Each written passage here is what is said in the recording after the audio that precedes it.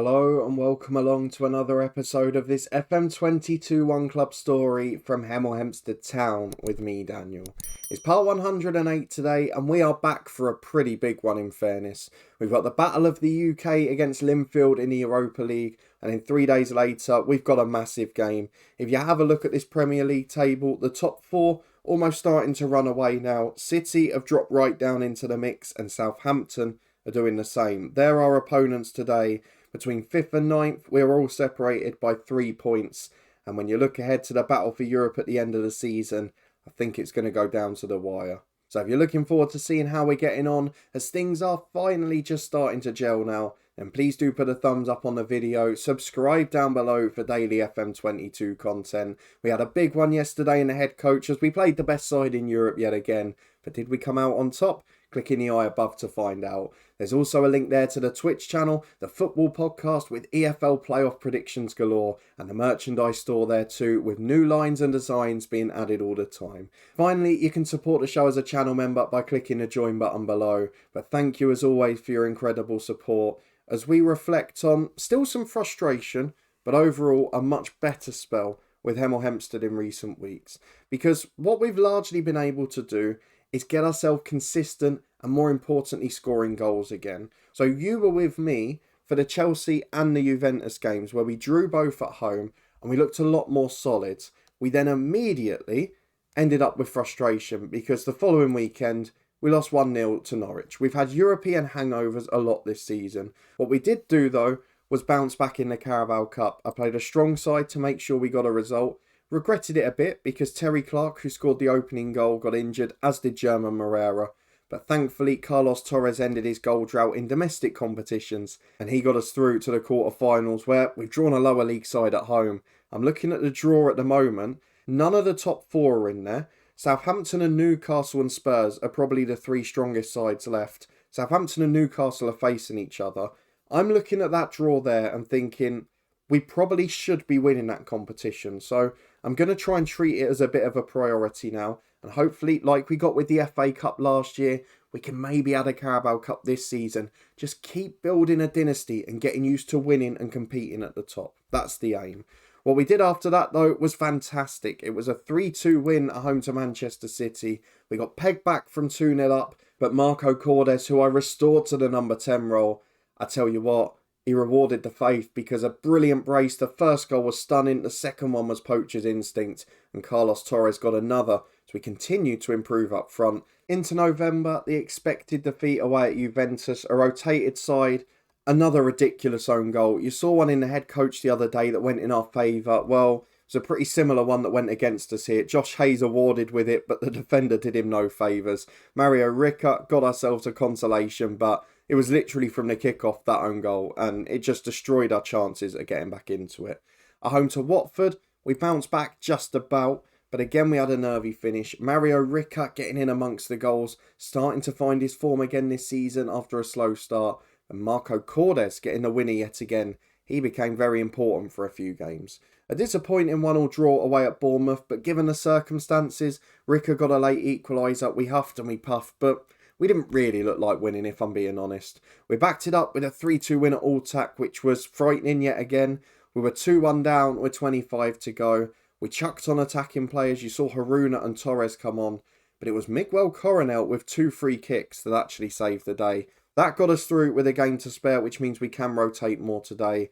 And we finally backed up a European game with a really good performance. A 4-0 win at home to West Ham. German Moreira came back in style. He got the opener for us. And then a hat-trick from Carlos Torres, including a quick-fire brace before half-time, made sure it was a really comfortable day at the office for the Tudors. A 3-2 win followed against one of our head coach clubs, Crystal Palace. Mario Rica with 2 and Hannafan with 1, as we just start to share the goals out a little bit. But unfortunately, another slight injury casualty there with Miguel Coronel. We did, though, have disappointment at the start of December. We tried to set up more cautiously against Manchester United. Musiala got the goal, though. It was a 1-0 defeat, but an improvement on what we've seen in recent weeks. And one of the things I have to say is we've got a lot better at being a defensive side, seeing out games. We did it against City. We did it against Palace after going 3-2 up, and against Alltac. Is we've sort of trained an additional tactic in between the two we had before. in addition to this tactic that we go to quite often at the end, is a middle one where we drop out the number 10 and put 3 across the middle. And a few of you have mentioned it in the comments. It might actually become a long-term tactic because in Ndu, Coronel and Moreira, we've got 3 excellent players that are natural centre mids. And if we haven't got a good number 10 and we can't find one again in January or next summer, then maybe we have to consider this for the long term. But this year, while we're playing Europa League as well, I'm happy to just rotate the squad. So let's go and get into the first game against Linfield. Neil Lennon's side doing really well to compete at this level. It's going to be all change here as we've got 12,000 at Kenilworth Road still. We'll be back in a moment once we pick the lineup and hopefully we'll be able to get a good win. Okay, this is what we've gone for today. 3 youngsters into the team, another one on the bench. And we've just sort of dropped out a couple of the backup loan players and one of the more experienced ones. It means we've got Josh Hayes in goal, fresh from his unbelievable own goal against Juventus. Jose a left back with Cottrell. He is a young player who can play either fullback position, has a good personality and does have 3.5-star potential, so might yet make it. Berry is in alongside Jovan at centre half, mainly because May has had to start some league games recently. He's got a heavy match load. We've got Egan, Leacock, Bliss and Clark, the midfield diamond. Bliss, you'll remember, is the lad with massive potential. He's got 4.5-star potential ability. He's 2-footed, good personality. We just need to help him start developing. And there's nothing better than a good Europa League game to do that. Clark has actually done alright this season when he's come in, and if he could stay fit, he'd probably be involved in the squad a lot more. And then McNeil is joined by Ian Watts up front, who's played a fair few games for us. He's not going to become the star we'd hoped for now, but he's still a very decent player. And for Tammy Abraham, who is getting on a little bit now, it won't hurt to play him for the one game. But off the bench, we've got young Ben Brock. He's another 16-year-old with a decent amount of potential. We're guaranteed second place. We can't finish higher. We're through to the next round. We're definitely going to be in second. So why not enjoy this occasion? Well, 4 changes for Linfield, who still got the real player in CJ Egan-Riley. He actually came on for Manchester City in real life at the weekend, didn't he? They've got a good manager in Lennon. Lee Harkin is someone who we'd looked at when we were coming through the leagues. I know he's a decent player and they have got a good squad. So they're doing all right. They're doing well to be at this level. They're playing in the Europa League. Wish that had happened to other clubs when we were in a builder nation. But for now, we're going to get through the tunnel interview. We're going to head into the first half and hopefully we're going to see a positive performance and maybe the crowning of a new young hero. And we're going straight from the kickoff, which might be a good sign in this game, as Jasinovic gets it at the back from Ian Watts. Goes back to Scott Egan, who was covering him. Into Bliss in midfield and Clark. Be nice to see Bliss do well as he picks it up there after Clark was fouled. Lays in Watts. I think it's offside, which is a shame, because one young star laying in another for the first goal within 30 seconds would be just about perfect. It counts. Bliss assist, Watts goal. Can't ask for more than that, can you? 5 minutes gone, 1 shot, 1 on target, 1 goal for Hemel. One of the factors we are going to have here as well is hopefully fatigue, because Linfield looking a bit more tired than us already. They're doing a lot of chasing here as Clark gets it again to Leacock. Over the top to Watts. It's very close for offside again. He loves playing on the shoulder. Set up by the more experienced midfielder this time. But is it going to count? And if so, Ian Watts is on a hat-trick. It is going to count. 23 minutes gone. 2 goals for Watts. This is about the perfect performance given the youngsters we've brought in. As Cottrell's got a throw on the left. On a booking already. Probably have to think about taking him off early in the second half. As Egan gets it in the centre circle to Clark. Through ball to Watts. On the hat-trick. The keeper's in no man's land. The defender saves his bacon with a really good block. He's out for a corner kick, but we've got that threat in there. Egan's in the box. We know the centre halves are big. Who's going to take advantage? Berry's up. Header straight at the keeper. Really good effort that. As Hayes at the back manages to keep it out of his own net this time. Finds Cottrell the left back. Through ball to Clark. Brilliant run from him. In 1-on-1. Good save, Cowie. The Linfield keeper is having a really good night so far as Berry deals with that long goal kick. We come back for a free kick at the other end though. Who's taking it? It's Ian Watts on a hat-trick from 30 yards. Oh, that was almost a moment and a half. 10 minutes to go to half-time. It's been a lovely first half to watch. And we're back with 5 to the break with Cottrell on the left again from the throw-in. Finds McNeil and Clark. McNeil actually been fairly quiet this half. Cottrell picks it up again, goes back to Egan. And Cottrell to Leacock to Clark. Watts is with him, goes alone though. That is absolutely superb. Okay, he wasn't under much pressure, he hasn't been all game, but he puts the ball right in the top corner postage stamp and then brings out the cartwheel for good measure as well. Young stars shining, players coming of age. I know it's not the best level of opposition, but as McNeil heads in for 4 from Danilo Jose's cross, it's all about building confidence. And we said right at the start of the season, we'd love to click by that Watford game. Well, we're doing it at the moment, aren't we? Things are starting to look very good. Let's go and get through to the second half. We're going to ask the lads to prove a point, keep motivated, and we'll bring on young Ben Brock soon as well, because it's nice to give more youngsters a run out. As we've got a throw on the left with Cottrell, who we will replace in a bit. Don't want him to risk getting sent off on his debut. As Josinovic loses out, it falls for Cottrell again. He gives it to Clark, and Bliss had a really good start to this game. Has gone quiet since, but finds Josh Berry there, takes the simple pass. Berry gets it again, carries it into midfield, does really well, to Leacock, to McNeil over the top. There's 2 in the middle, Watts is one of them, sniffing a hat-trick, but Terry Clark nicks it at the front post. He gets a brace as well. I just wish we could keep him fit, because I feel he could be the solution in that number 10 role. Let's go and make some subs though, as we are heading towards the last half an hour. I'm going to bring David Peebles on for Declan Cottrell at left back. I'm going to bring Ben Brock on for Scott Egan, who I think has done his job for today. And then I'm going to bring on Haruna for Terry Clark, just so we don't risk getting him injured again. Well, I took Terry Clark off to avoid injury, and now Haruna, the sub, has got one instead. Hopefully he'll be able to carry on, as Javan plays long downfield. Egan Riley intercepts. Finds Lee Harkin, who's come to the left now for Linfield. Big switch of play to Voda. We would like to keep the clean sheet if we can, and if anything, we've strengthened our defence with the subs, so hopefully it'll be possible. As Voda, now taking on Peebles, beats him with consummate ease, to be honest. Gets to the byline, inside to Gilmore. Cuts it back again to Walker. Really good block from Berry. Bliss clears downfield, but only to Egan Riley. Linfield on the front foot again. Over the top, it's through to Harkin. It's a brilliant run. The goalkeeping left a lot to be desired. Danilo Jose's marking the same. But it's a good goal for the visitors. Nice for them to get their moment. It stays 5-1 as Juve are winning 6-0 in the other game. Well, 3 minutes of stoppage time to be played. Peebles, the other sub, has now picked up a knock as well. But what a night. Bliss set up Watts in the first minute. He got 2.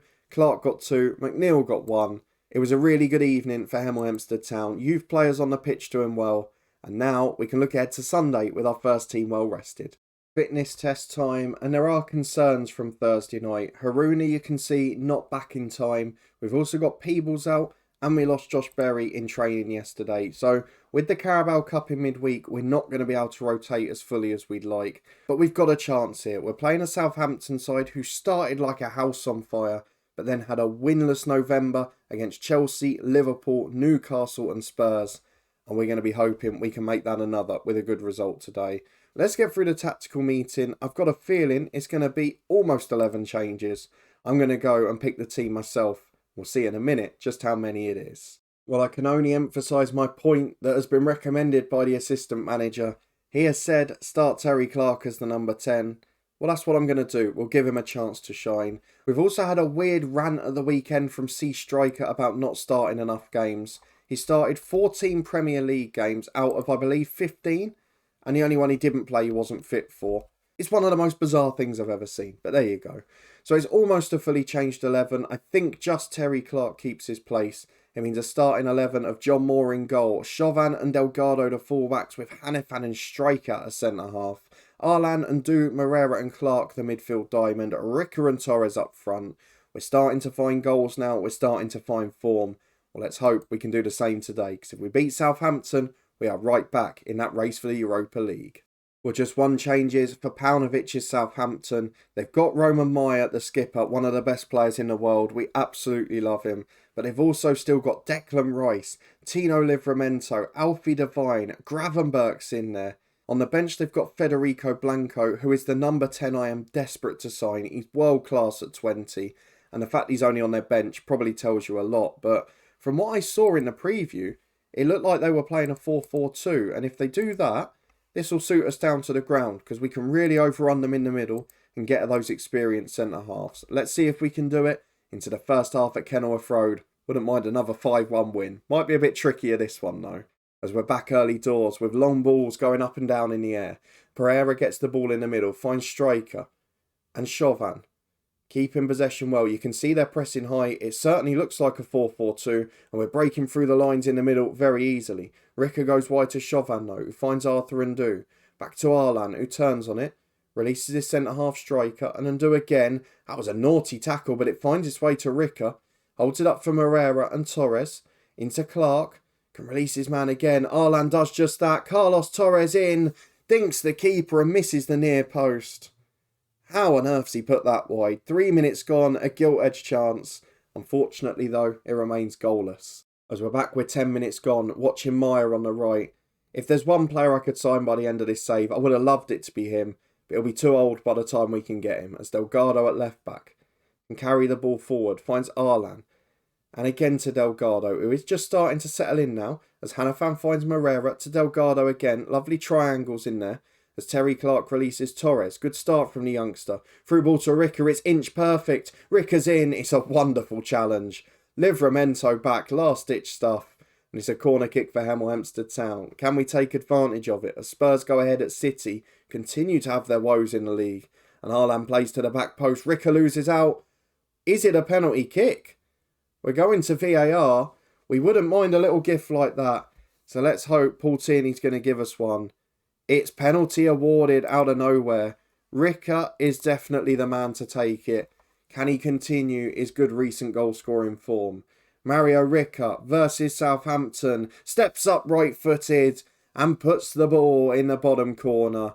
These lads are going to get midweek off for the League Cup tie, but they're finishing the Premier League one in style. What a week this could be as Southampton go from the kick-off this time. Seen an awful lot of this game. Declan Rice playing out from the back to Gravenberg and Odekoya. Wide to Meyer. The skipper carries it forward. Look at the speed, the intensity he takes it with. Langford down the line from him into Souza. They almost score from the kickoff. It is offside. I thought it looked it, but a warning sign nonetheless. Well, a quarter of the game gone. We have just calmed it down a bit now, but Hanifan's playing out from the back to Delgado. Don't want to get caught in there as Arlan finds Hanifan and switches to Striker into Arlan. Got support, but goes back to Moore instead. And Striker plays into Arthur Ndu. This is where we can beat the press and get in behind. Because Ndu comes over halfway, but he's lazy on the ball there. Devine nicks it. Moreira wins it back, though.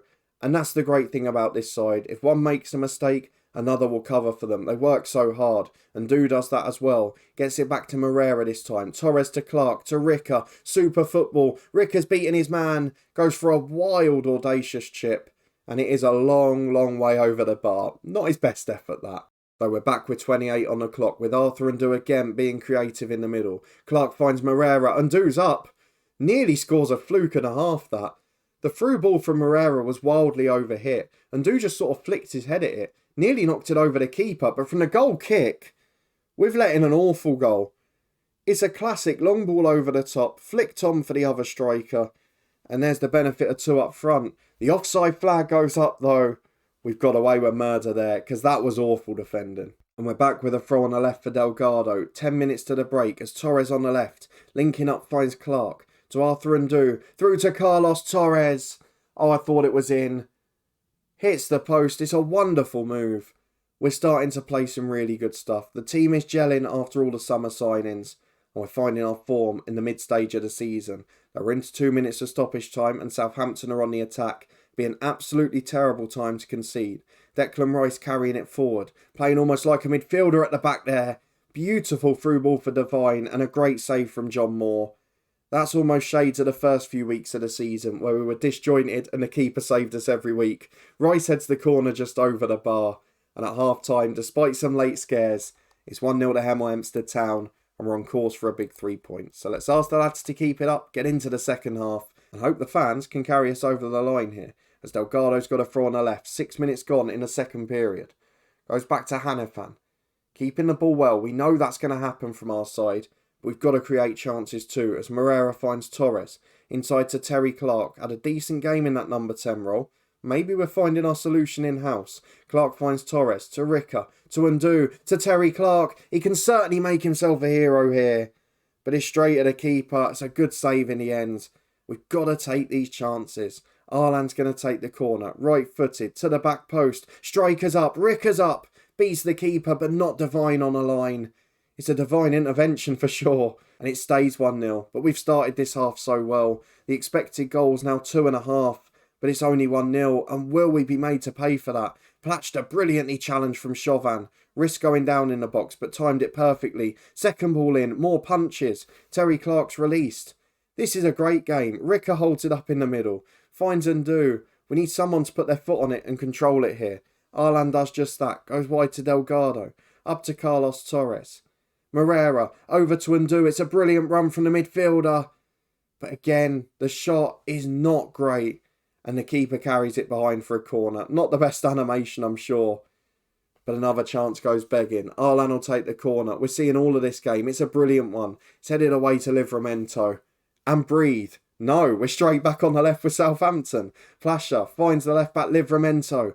Langford loses out in the air to Moreira. And Torres can bring it away. Terry Clark holds up. I feel I might have to change that midfield tactic now. Just try and calm things down a little bit. As Ndu goes up towards Ricker, Rice heads away. Ndu gets it back again though for Chauvin. Inside to Ndu, up to Terry Clark. Has support with him. Torres is one. Ndu makes the third man run. Another one that's saved by the keeper. Plays a 1-2 with Mayer to clear. How have we not scored again? What a game. Delgado has the ball on the left. We're not getting a break. Hanifan finds Moreira. To Ndu. We've got to score a second, surely. Mario Ricker holds up. To Terry Clark. To Torres. To Ricker. He's in right side of the box. Forced wide. He's going to have to cut back. Ndu's there.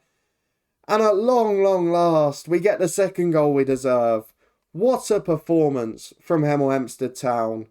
And we are absolutely tearing this team apart. 25 minutes to go. The expected goals is 3. But I'm just happy to have 2 now as we put a free kick into the box. A cross, sorry. I don't know why I said free kick. Moreira holds it up. Going insane from the quality and the plethora of highlights we're seeing. As Arlan finds Ndu. To Clark. To Torres. Ricker gets there. Rice misses out. And now it's game over. What a win this is. I'm really starting to believe we're finding form. We're finding our style. With 20 to go, we're going to make some changes.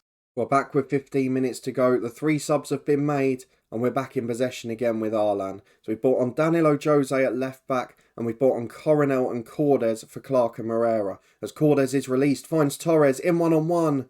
Good save. I mean, at no stage in this match have Southampton looked like getting anything. And considering they've got what is officially the 9th best player in the world from the last Ballon d'Or vote, that's a pretty good effort, isn't it? Hanafan's going to close down Sousa. There's 5 minutes to go. And now their star man's gone off injured. And how will that affect their season if it's anything bad? They're down to 10 as a result of it. We win comfortably by 3-0.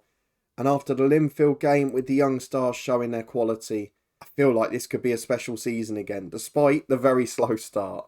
Let's go and have a look at the schedule for when we're next going to be back, because I'm pretty sure we're going to have to show something in January. Will it be a big Carabao Cup semi-final, or have we got any other massive games before then? We're up to 6th place. It's very, very tight. Spurs 1 to go up to 29 points. The next 3 all level on 26. And City and Newcastle, they will improve or spend in January. So in terms of the schedule, January's actually a pretty big month already. We finish it with Arsenal and Deadline Day. And that, of course, is a pretty big episode in itself. So I think it's going to be Arsenal and Deadline Day. But that plan may, of course, change depending on the cup draws. If you're looking forward to finding out, though, and you did enjoy this episode, please do put a thumbs up on the video. Hopefully, it puts us in a pole position for European football again next season. But if you want to stay up to date and find out if we can achieve it, whether we can go one better and maybe finish 5th this year, then please do subscribe down below and turn that notification bell on for daily FM22 content. We'll be back with a head coach tomorrow. You can find the latest season in our new job up in the eye above. There's also a link to the Twitch channel, the football podcast, and of course the merchandise store too. A massive thank you for your support with all of those. Please do check them out if you haven't already. But above my head now is yesterday's big episode from the head coach. I hope you enjoy that if you haven't seen it already. And we'll be back here in a couple of days' time. The January transfer window will be open, but will our Carabao Cup dream still be alive? I'll see you there to find out.